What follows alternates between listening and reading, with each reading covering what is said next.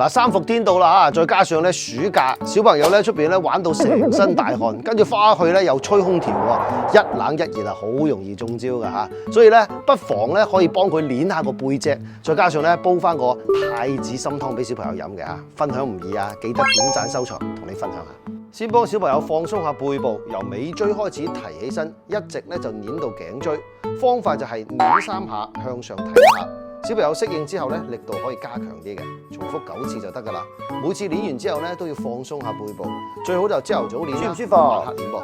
然後咧煲翻個太子參5指毛肚豬骨湯，天口慶啊，大人細路都要飲多啲啊。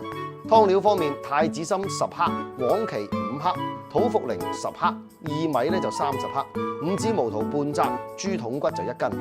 筒骨先用生粉同啲鹽出佢，凍水落鑊嚟飛水。呢度樂哥有個 tips 仔㗎，水滾之後咧，一定要用滾水去沖嗰啲浮沫嚇，唔好用凍水噃，否則啲血水就飛唔乾淨嘅。然後將湯料放入湯煲，煲佢1粒鐘就搞掂啦。三伏天時湯水一定要飲多啲啊，記得轉俾親朋好友試試啦。